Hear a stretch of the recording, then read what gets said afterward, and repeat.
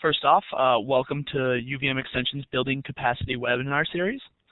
This webinar series is just one of a larger learning project to help you build capacity for leadership within your organization, as well as more effectively achieve the mission of your organization. The education and training provided in the Building Capacity project is delivered in a variety of forms. Webinars and asynchronous learning opportunities covering 10 topics: board development, conflict management, developing volunteers, ethical leadership, leading through change, quality service, staff development and evaluation, strategic planning, team leadership, and working in teams. Today, the topic of our discussion is strategic planning, incorporating the program, Take Charge. If you would like to create your own educational plan for building your leadership skills, there are coaches on the Building Capacity team available to you. These coaches would help guide you as to which modules to start with and what direction to take within the Building Capacity project. Your educational plan would be based on what your strengths and weaknesses are in a variety of areas related to leadership and would be determined from the results of an intake assessment that is available on our website. This coaching is also available if you would rather approach it on a larger level, such as looking at your organization and completing an educational plan with your organization's mission in mind. For more information, please contact the Building Capacity team. And without further ado, I will turn it over to Bill McMaster, a Community Resource Development Specialist, for the rest of the presentation. Bill, I'll get off the mic, and it's all yours. Okay, thank you, Marcus. This morning I'm going to talk about the Take Charge program. This program was originally developed in the late 80s by a multi-state team from the North Central region and was published by the North Central Regional Center for Rural Development. And the original focus was really more on economic development. They had 13 strategies, economic development strategies, that a community would take a look at and see if there were ideas or projects that could work for them. So in the late 90s, I had been using this original program in Vermont.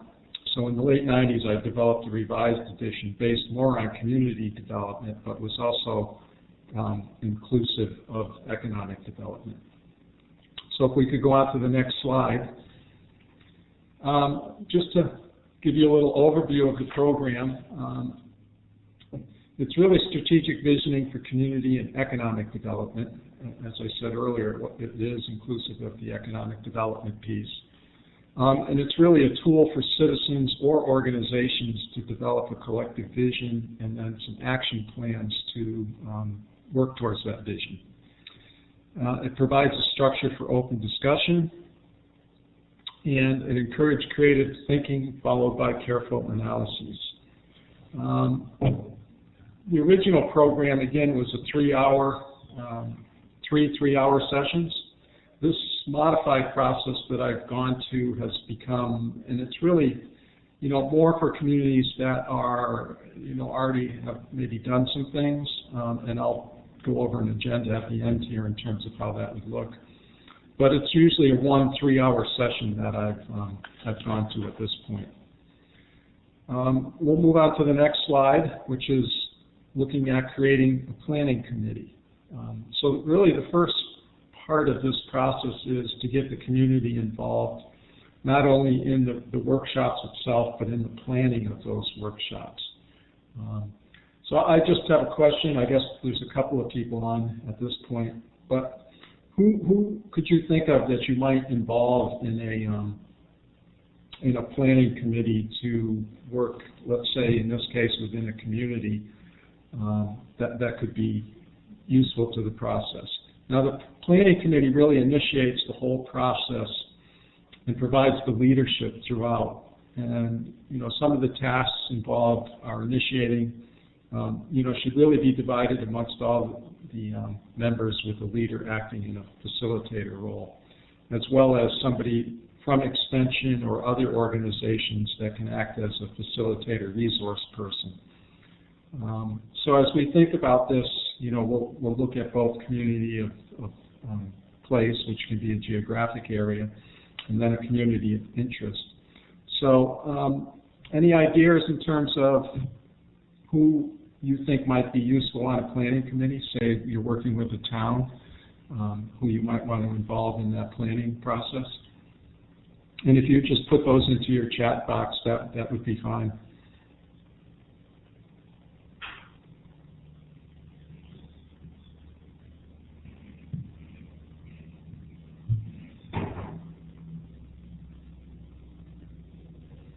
No, I'm not seeing anything come up. So, yeah, I see you had just joined, so that's great.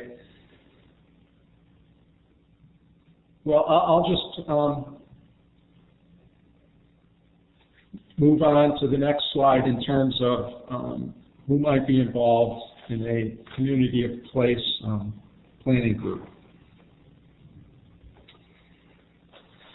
So as we begin to work with a community, it's really important to be inclusive of some of the segments of that community who can bring constituents to a workshop.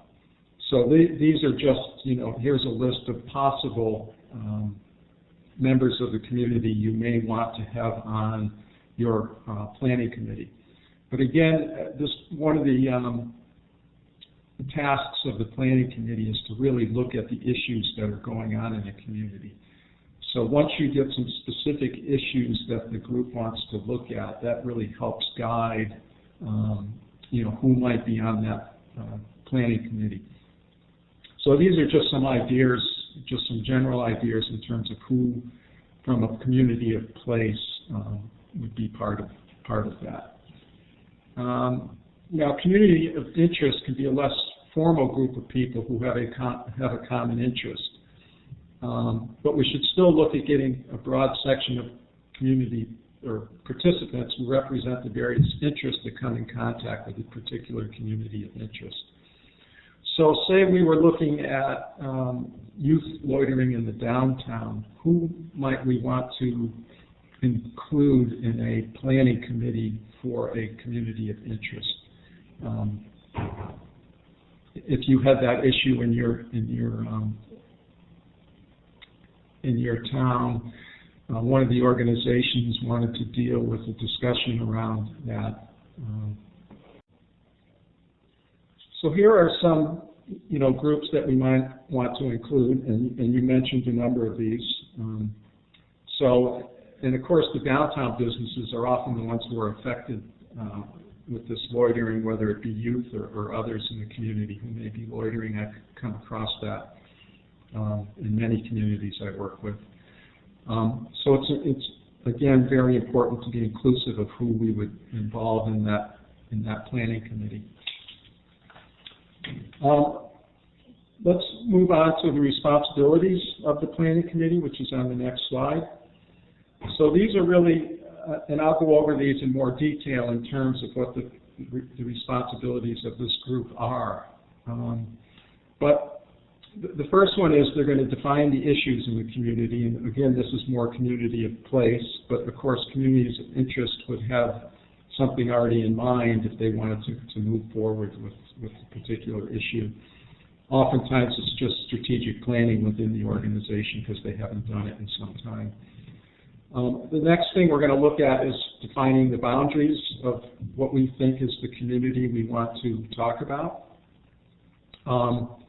Then we wanted to determine the expected outcomes of the take charge process, and again I'll go into more detail about that, but it's, what are we going to do with the outcomes of this process we go through. Another important piece is really determining the readiness of the community to participate. We want to be inclusive, including various members of the community. We want to talk about determining the role of the media, and then, one of the important pieces, of course, is the workshop preparation and all the logistics that would be part of that.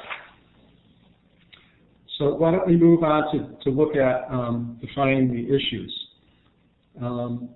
So it's the role of the planning committee to define the broad issues which will be discussed at the meeting. And again, this is just community of place. but these are included but not limited to these types of issues. Are there others that may be going on in some of your communities that you could think of that maybe you want to discuss within your community? It could be community of place, community of interest.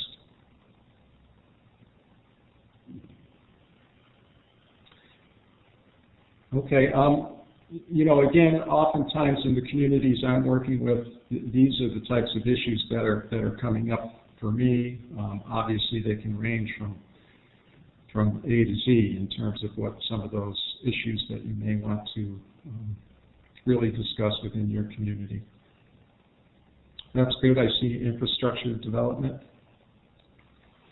Yep, that could be a piece, certainly when you're looking at any kind of furthering of economic development. The infrastructure is always an important piece of that, whether it's economic development or housing. So good. We can move on to the next slide, defining the boundaries. So I'm not sure if how these are coming in on your slides, but they're just popping up for me. But I did have some fly-in type of things. So, but when we look at community of place, here's some examples of what we may be looking at. You know, villages, cities, towns, counties, parishes, reservations, federal districts. You know, it could be inclusive all the way up to the national level. Now, when we talk about looking at community of interest, we're not only defining the boundaries of the interest, but both geographically, but there's also social factors to consider when we look at community of interest. So, for instance, if we took, say, there was a youth group that said they wanted to talk about the issue of teen drinking. So teen drinking obviously can cross geographic boundaries, you know, really all the way up to the national level. But it can also cross social boundaries, you know, young, old, rich, poor, rural, urban. So, you know, in defining that geographic boundary, you're going to look at it a little differently than you would maybe in a community of place. So why don't we move on to the next slide, which is really determining outcomes. So as we look at determining what we're going to do with the outcomes, you know, what are the concerns of your planning committee? And oftentimes it's, you know, things aren't getting done in our community. We need to really look at some things and make things start to happen. You know, within communities of interest, again, it's oftentimes strategic planning to really plan out where the organization is going and heading. And so we want to talk about, you know, as we go through this process and we develop some ideas to implement, are we going to create new committees who would then work on this process? And that's oftentimes what happens with me. We may come up with 3 or 4 areas that either the community or community of interest, community of place or interest wants to move forward on. So they decide that we really do need some new committees to work on these various processes. Other groups say, well, we're just going to go through the process, but we really just want to pass on this information to other groups in the community to let them work on the implementation. And then evaluation. In order to reach the community's desired future, it's really important that we have leaders have some way to monitor and assess the changes that are occurring. So a baseline would really be important in looking at evaluating how you're doing. So, you know, for example, if yearly objectives or projects are established within your community or organization, these really become the measures of your group's progress. So at the end of each year, the group can evaluate how well they have met their objective towards either that project or objective that they had set up within their groups. So why don't we move on to the readiness of the community? What are some things we might look at to determine the readiness of the community to participate in a process like this? So people have ideas, you can put them down in your chat box, and we can share those, and then I'll talk a little bit more about some of those.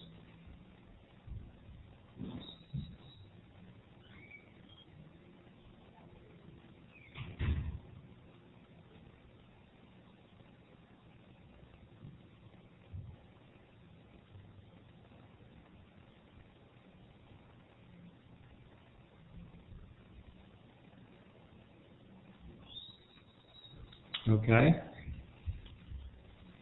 Anything else? Anybody have any other ideas? Okay.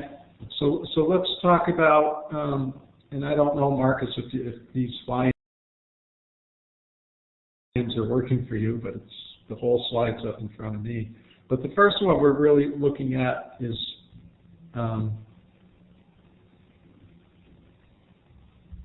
okay, thanks, Dan. Is really looking at the leadership capacity in the community. So, you know, do we really have some leadership here who can help move the ideas that we may come up with forward? And, you know, you can begin to identify that really in the planning group to see, because oftentimes the people who are in the planning group end up being some of the leadership on these various committees that may be formed. So it's very important to have leadership, because that's what really moves ideas forward in the community. You know, I've worked with some communities that, you know, the leadership capacity really wasn't there.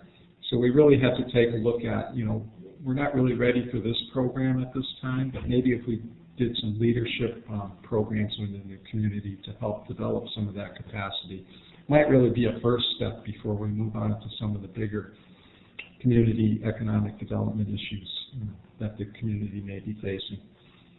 So the next one is really, what is the attitude of the community towards community development? Are people ready to move? Do they really want to start to see some things happen, either within their community or organization? The next thing to really think about is, you know, do we, as a group or community, do we have any political clout? If you're a community of place, and you have a city council or a town council or select board, you know, are they really behind the movement that you're want to do here? Because you're really going to need not only their support, but also they may help finance some of the things that you want to move with. The next one is cooperating with neighboring communities. You know, oftentimes you'll find some of these projects are bigger than just one single community. For instance, say a community center, if you're in, you know, a rural area where the communities are small, that maybe one community on its own couldn't support a community center. But if you can cooperate with other neighboring communities, you know, I know that's happened in a community I worked with. They brought together a number of communities to develop a really sort of large indoor recreation facility. So it was really important to bring those other communities in, otherwise without that support it wouldn't have occurred. The other thing we want to look at, and it's not really critical because oftentimes these groups I work with end up forming their own organizational structure. But are there some organizational structures within your community? And obviously that affects both place and interest. Oftentimes the community of interest is already an organization that just wants to you know, regenerate itself. But you know, are there some structures in place within our community that can help us move our ideas forward, or, you know, take on some of these projects that we're doing? The Chamber of Commerce, for instance, if it were a tourism project, you know, could we hand that off to an existing Chamber of Commerce to begin to work on that? Another important piece is really we want to have diverse participation. You know, it's often important to have both those in favor of ideas and those who are naysayers in the community, because you really want to have that broad participation, because you want to get everybody's input. Because as you move this forward, if you haven't been inclusive in that participation, sometimes that can end up as a roadblock in stopping where you want to go. The next one is really civic involvement. Are people willing to get involved in the community? This question always comes up with me when I start to work with groups and they say we can't get people involved. But, there are tricks to doing that, and one of the biggest one, of course, is personal contact. And we'll talk a little bit about that as we move through. And then what's, the financial capacity? Are we going to be able to find funding to do some of the ideas that we may move forward on? And as we get into the process, we will talk about, looking at our capacity financially in terms of each project that we take a look at. And then the last is, do we have private sector support? Can we get private sector involved in helping us move this forward?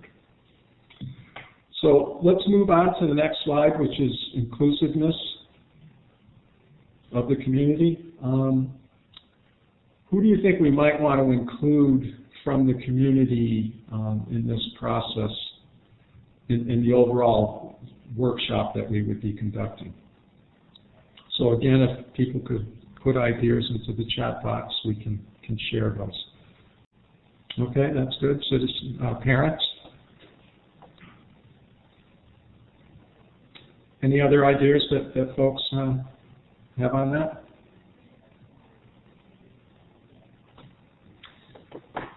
Okay, well, as part of the planning process, of course, okay, Dan? Yeah, great, community leaders. We really want to identify those folks that we really want to try to make an effort to get out to the workshop. So there's really sort of three types of participants that we may want to involve in the program. So the first one is the major agencies and organizations from the community, because they have resources that could be useful to the implementation of any of the ideas that come up. The next one, and this goes to Dan's, community leaders, decision makers in the community, who have the authority to allocate resources. So they're the ones who hold the purse strings on some of these funding that may be needed to work towards implementation. And then the last is the general citizenry, and Will, you had mentioned parents, and they're part of that general citizenry that we would be important because they're the ones who provide the community support, and oftentimes, communities complain about not enough people to take on responsibility for either government duties or whatever. But what we find is a lot of communities really don't have a way to include people. So when you do a process like this, it's often surprising that it's a real opportunity for new leadership to come forward. And we've found that we've gotten a lot of new leaders utilizing this process because it was an opportunity for them to really get involved and latch on to certain ideas that they want to see move forward. So the committee should really work together to identify these potential participants. Obviously, you've got to look within each of those categories and pull those out. So you're going to develop some kind of list and then really divide that amongst the planning group to do some personal contact, which is really the way to go in these processes in order to get people to come out. But the number of people who participate in the program will vary depending on the needs of the community. So for instance, if it's a community of interest and it's a nonprofit group that just really wants to look at strategic planning within the board, then obviously it would just be the board members who would be involved and not a broader group. Okay, so if we can move on to the next slide, we'll talk about the role of the media. So in this part, the planning group really has to decide, will the media be a participant in the process? Will they be a member of the planning group and help develop the process? Or do we really just want to utilize them to help us inform the community on this? I'm currently working with a group, and editor of the paper is one of the planning group participants, but it's also being used to help inform the community. So it's, they felt it was really important because they had in the past been sort of burnt by their media. So they felt it was really important to have this person as one of the participants so they could see the interactions of the group and what's really going on. And in this case, it's a community of interest. It's a museum who really sort of wants to move themselves forward. So the last piece that a planning group would be involved in is, really the workshop preparation. So do you have, what are some things that we might need, for instance, in this case, a budget committee might need to raise some funding to do such a process. But it's important to have a budget committee when you do one of these workshops because there is some costs involved. And so, that budget committee, part of what they would need to do is to look at how we're going to raise money to do this workshop often. So they'll go out into the community, either to organizations, private businesses, to get their commitment, both financially and as participants. But, some of the things you're going to need is, postage. There might be some staff time involved. You might need to do some printing of flyers or information that you want to get out. There'll be workshop materials. Are we going to provide refreshments at the workshop? Or in some cases, they want to do meals because we're doing them in the evening. So if, say, we're going 6 to 9, we'd really want to provide some food for people.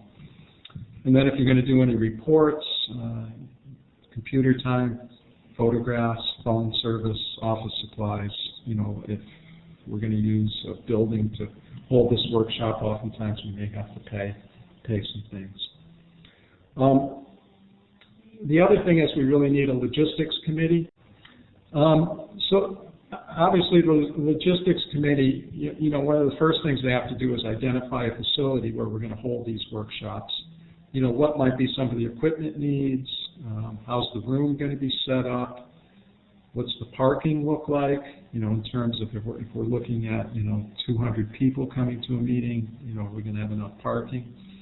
The date and time for the workshop, so they really have to sort of look around the community in terms of what might be going on that might conflict with this. So we're having the best participation. We really want to look at what might be going on at the schools, what may be going on at town government, those kind of things. Are we going to provide daycare and, meal arrangements if we're going to provide any food? And then, we would need a marketing PR committee who would get the word out to the community. We might have a group that's working on invitations. Oftentimes we'll send out sort of personal letters to folks to make sure and to follow that up with phone calls, but we might get a personal invitation out first. We might look at thank you letters at the end, thanking people who have participated. And then if we want to do some kind of recording of the event, we might have a subcommittee who's going to be charged with just figuring out how we're going to record that event. So now let's start to take a look at the process and what we actually are going to be doing at the workshop. And again, I'll go into these in a little more details. But the first thing we're going to do is do some brainstorming with folks. Then we're going to take a look at what's really feasible from these brainstorming ideas that might be able to we might be able to move forward on. So we have a capacity sheet that we look at in terms of that. What might be the risks and returns of moving forward with certain projects? We have to look at project selection as a whole group. We will be working in individual small groups, and we'll come back to a larger group. So at that point, we're going to take a look at all the project ideas, and we'd have to do some project selection amongst the larger group. And then there's goals, objectives, and commitment to whatever we come up with. And so this is, obviously a very important piece, is to develop those goals and objectives, and then get commitment from the community to move forward on those. So let's move on to the brainstorming piece. And I'll show you the agenda at the end, but oftentimes the first part of the agenda before we break into these small groups is, if you're an organization or community of place, you may want to talk about some of the successes that you've had in the past, or projects that you've worked on that may be of interest to the community. So as we get to that example agenda, we usually spend, half hour to 40 minutes with just going through some of the things that have occurred within that group or community in the recent past that would be important to get out. So after we do that, we then break people and divide them into groups of 6 to 10. You could probably go as high as 12 and still have some control over that. But we try to have small group facilitators work with each of these groups to make sure we're moving it forward and it doesn't digress into just some social time for people. So what they would begin to do is brainstorm ideas around a topic or issue that's been chosen by the planning committee. So oftentimes we may have, 5, 6 issue ideas that we would break people into to have that discussion. In this case, let's just look at the strategy of youth, which is, we try to keep these ideas in sort of broad categories, so it allows for free-flowing thought. So if we just use the strategy of youth, we might be more open in terms of being more specific in terms of like youth loitering in the downtown.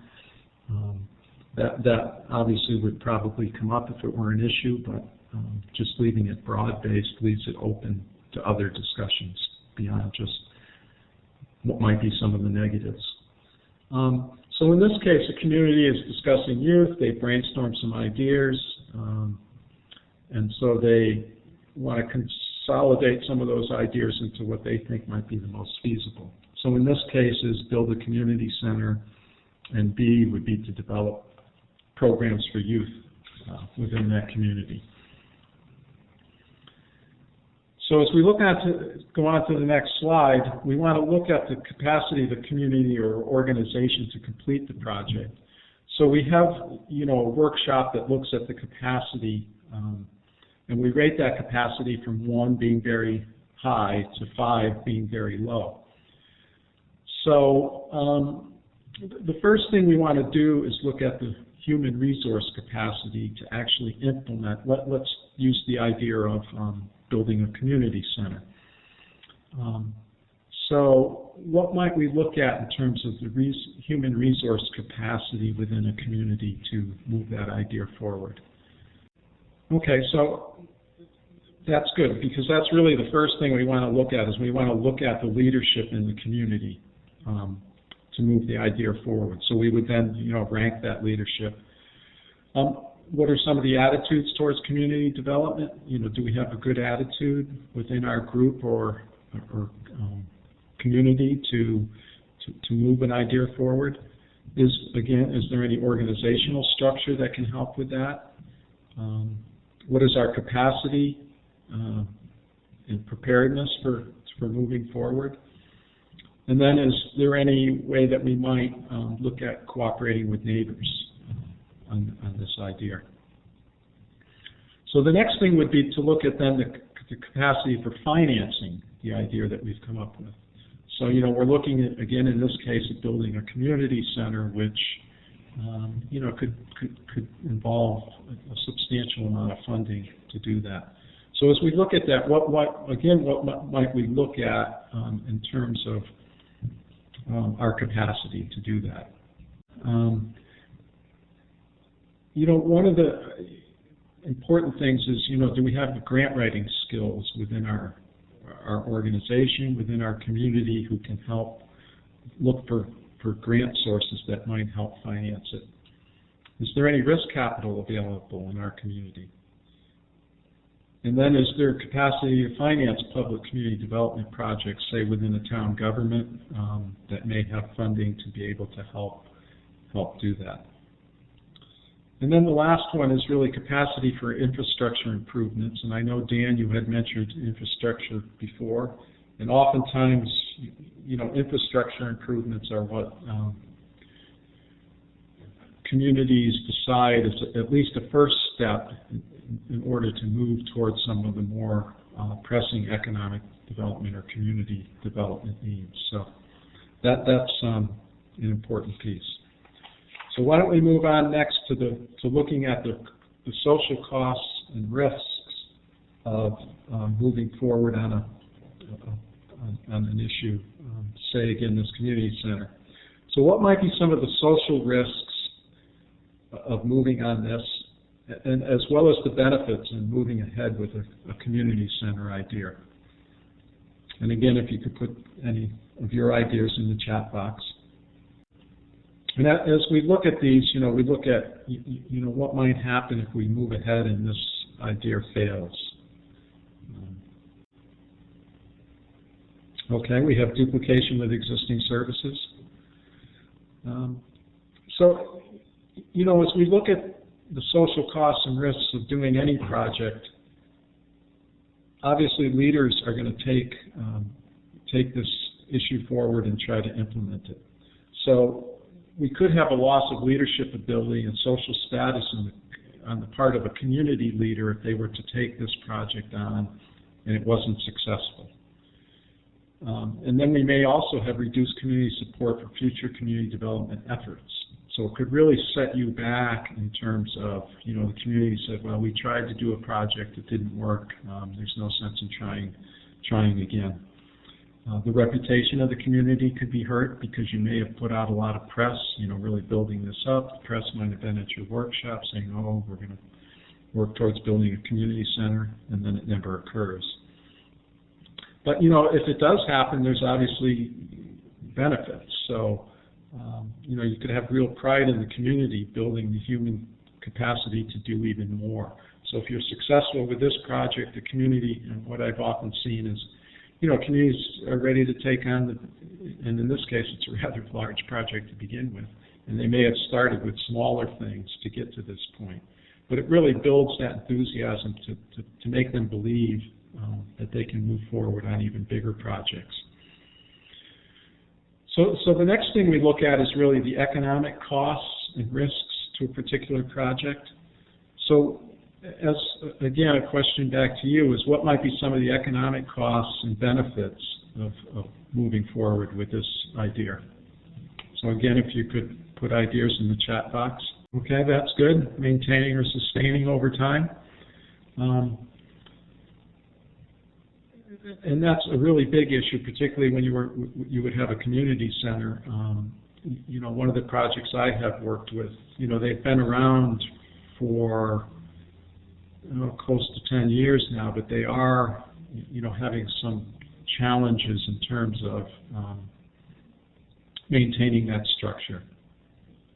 And then Dan saying providing jobs for the community, and certainly that's a big one, and that's as well on my list in terms of, yes, we could provide jobs for the community. And in the case of this project I mentioned previously, at one point they were up to 34 at least part-time jobs. So that's, that's a fairly nice project for a community to employ people in that regard.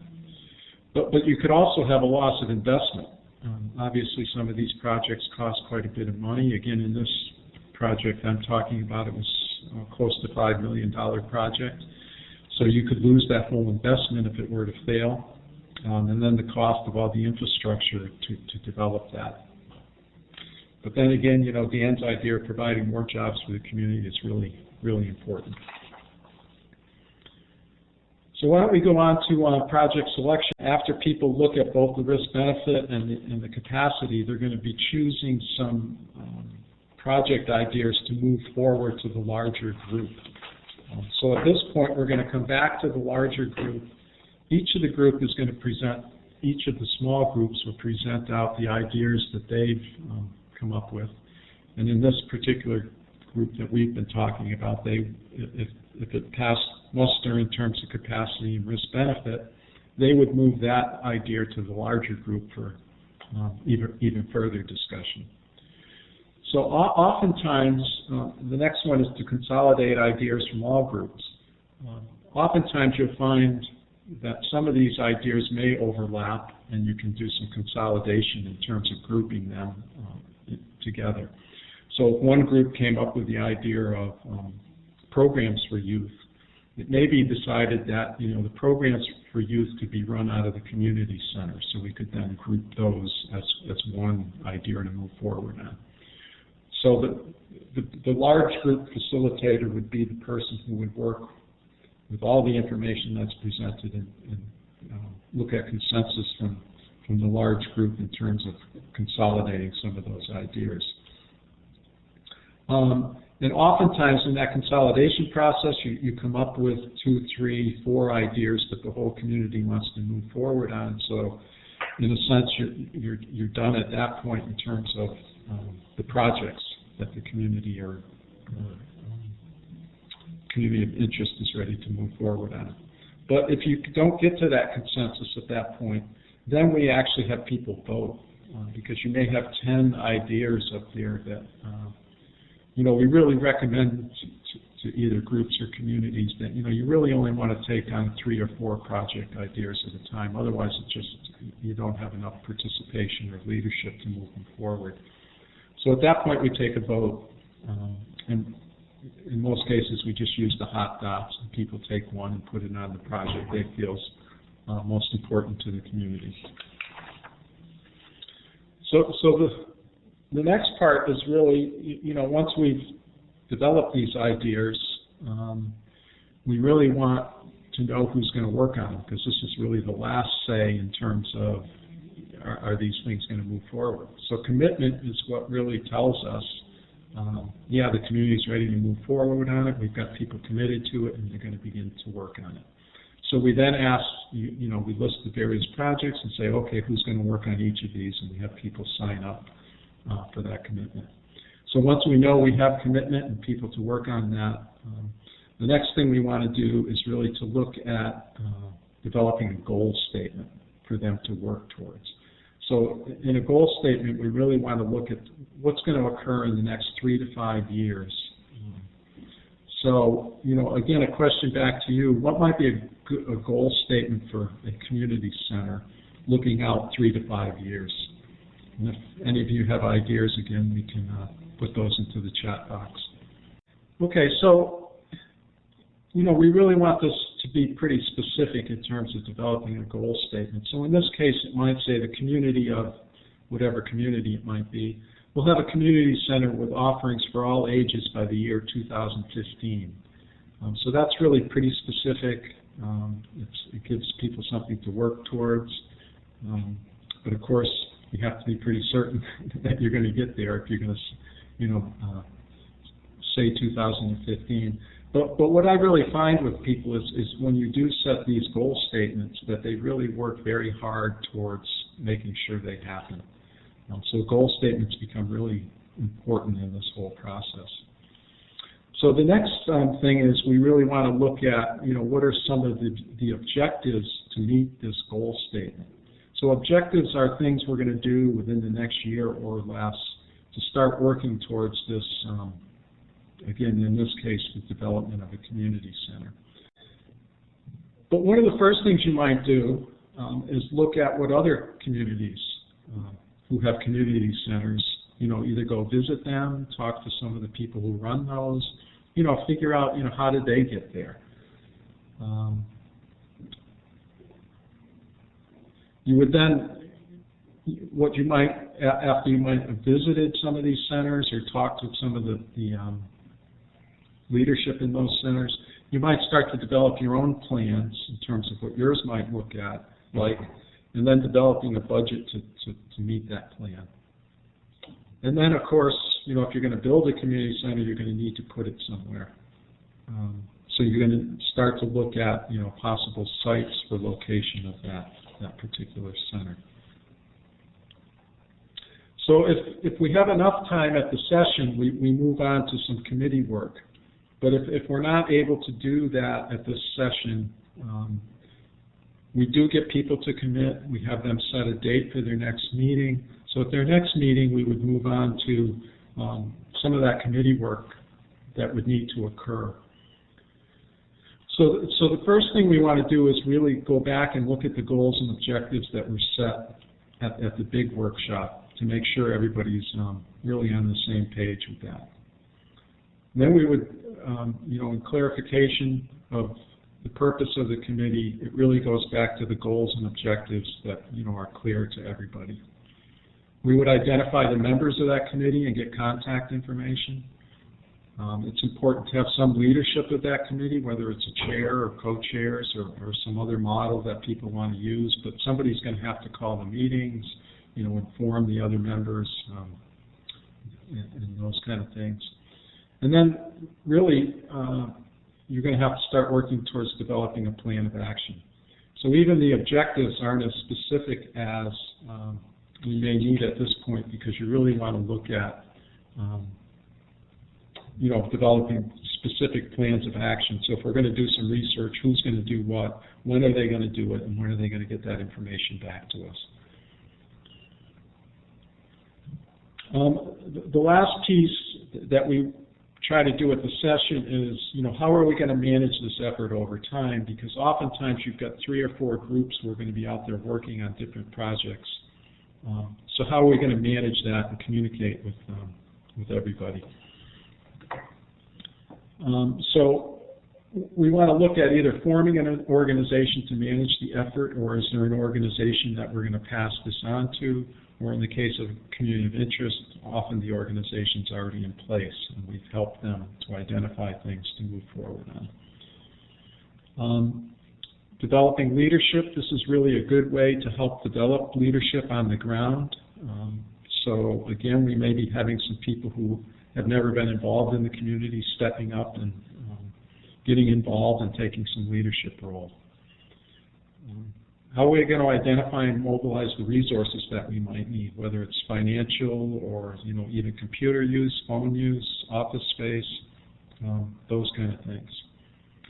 And then developing a communication network becomes really important, particularly when you have a number of groups in the community working on different projects. And one example is if there's a funding source, how do we determine which of our projects should go for particular funding sources so we're not competing against each other? So communication becomes really important between the groups. Taking action, making sure we're actually doing some things and making some things happen. And then, we really need to look at monitoring change. Are things changing in the community that may affect our goal here? The financial downturn in 2008 may have made a big change for people who were trying to move forward with a community center, for instance, because of the financing. May been an issue. So we have to look at those changes that may be occurring, either economically, politically, socially, environmentally. So that allows us to then, we need to do this evaluation over time, which helps us to do some of that monitoring change. And then, of course, we want to revise those plans to reflect that change. And then the last piece is, we should be getting back together. I recommend groups get back together probably annually, so we can do some rewarding of those participants who have given their time over, say, the last year, and we've seen some changes occur. So that's really an important piece to do that. So this is just, a suggested agenda that you might use. As you can see on number 2, I talked about reporting on existing efforts. So again, we'd have about 40 minutes to do that. And then we would go into the future efforts for about an hour. And then talk about implementing the future efforts for about 45 minutes. And then, of course, the end piece is we would be adjourning. So that's my presentation. At this point, I'll take some questions if we have a little time at the end. I don't know, Marcus, how much time we have left, but I could talk about a couple of the projects that I've worked on. So is there any questions at this point?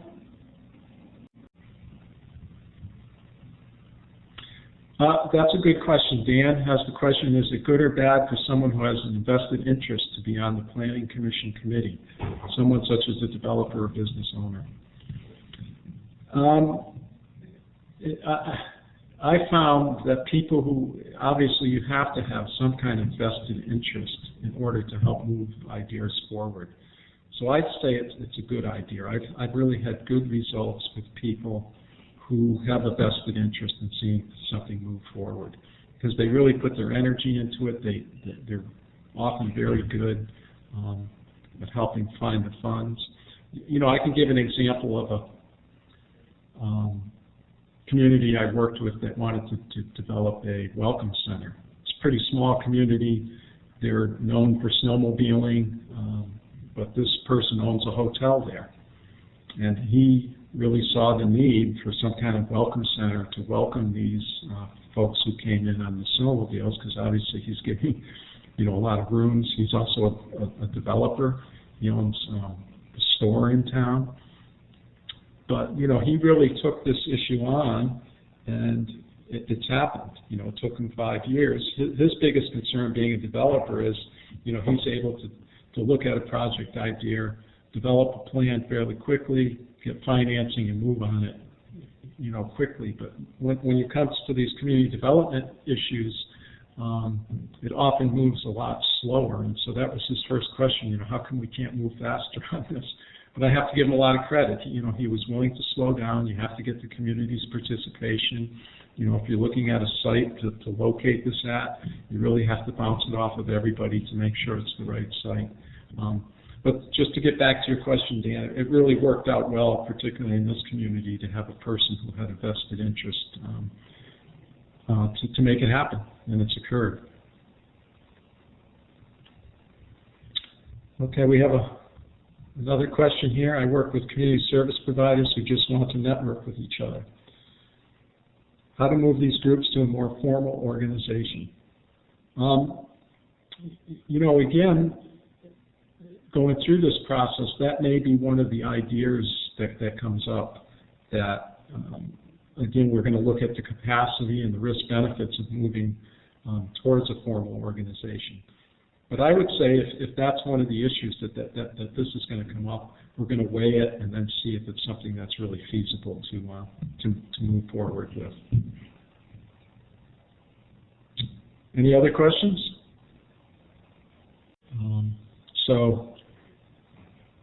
Okay. I'll just talk about some of the projects that I've worked on. Here's my contact information, which is again at the end of the last slide as well.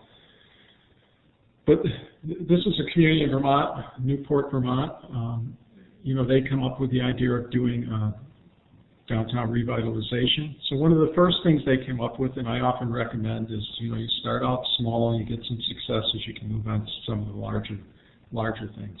So the first thing they started with was placing signs throughout the city, and you can see some of the signage. They never had any of this before, so it was quite confusing, particularly if you came up from out of town to try to find some of the amenities of the community. And they're on a lake, so they have some really nice amenities, and it's nice to direct people towards those. But their big plan was really, you know, revitalization. So we start with the signage. The committee began to work with the city government to get some funds, you know, to do some improvements to the sidewalks, tree plantings, streets, those kind of things. And, you know, they developed the budget. They figured they needed, you know, close to $1 million to do some of these projects. They wanted to do a gateway center on the lake, which was also included a dock where boats could come in, and then a sort of public facility that could be used for events and that type of thing. So that, you know, they had a bond vote within the city to get their commitment, and the bond vote passed. And then they applied for some community development, $500,000 in community development funds, which they did receive. So this gave them their $1 million in terms of the budget they had developed to actually implement their ideas. This is Derby, Vermont, a community that went through the process as well. And, you know, their issue really was this sort of community center that we've been talking here. It's called Indoor Recreation Orleans County.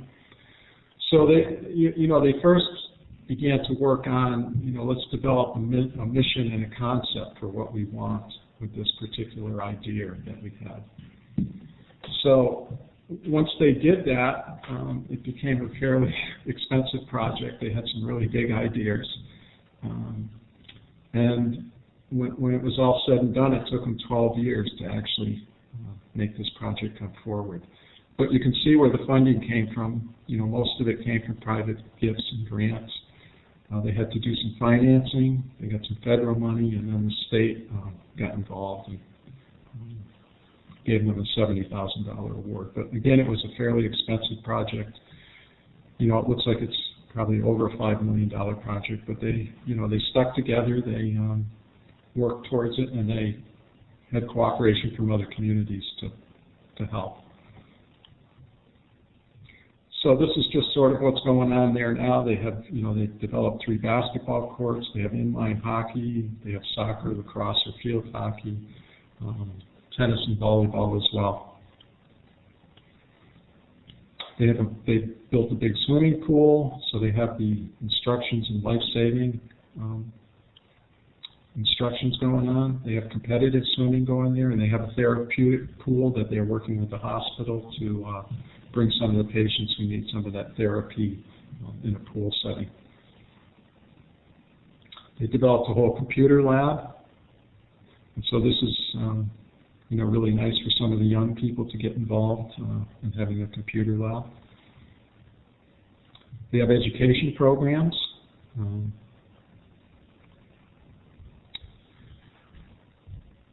So one of the other communities I worked with was it was actually specific to, there's the town of Burke, but this was the East Burke, which is a village within the town.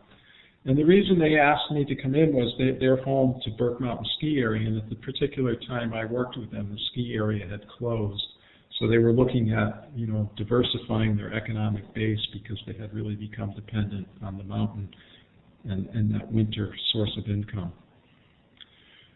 So there were 3 committees that formed out of that process: tourism and communication, infrastructure, and business promotion. And one of the projects they decided to take on was to develop a trail system that would include bike trails, hiking trails, cross-country skiing, so they could sort of diversify throughout the year in terms of having some stream of funding coming into the community. So, you know, it took them a number of years to get this open. They had to work with private landowners. In this case, there were 45 landowners that they had to approach and get their permission to use part of their land to develop a system. So at this point, they have over 100 miles of trails, and they've been named the best mountain bike terrain in the East by the National Geographic Adventure magazine. So they've really done very well. You know, updated on this, they have a full-time director, they have a number of staff. This last summer, that visitor numbers is actually up to 50,000. So they figure they're bringing in about $5 million a year into the community just on the bike portion of this system. And as you can see, they're rated one of the top 5 mountain bike networks in the world. So they've really done quite well with this, you know, taking this idea and developing it. And of course, it's created some problems with that many people in the community, but those are good problems they feel to have. So that just gives you a little idea of some of the successes you can have by using this program. And here's my contact information if you want any more information. Okay, Marcus, I'll pass you the mic. All right. Thank you very much, Bill. I want to thank everybody for coming in today and for participating. It was really great, especially for Bill's first go and my first go at Building Capacity webinar. There is an evaluation, and I'm going to put that in the chat box right now, and we really would love to have your feedback to see how we can improve and what you liked. So that'll be entering the chat box momentarily. There it is. The next webinar in the Building Capacity series will be on November 6th from 11 a.m. till 12:15. You'll notice that's where most of the webinars when most of the webinars take place. And hopefully we'll see you there. I will also be putting our contact information in the chat box, so any questions, feel free, please contact us. It's what we're here for.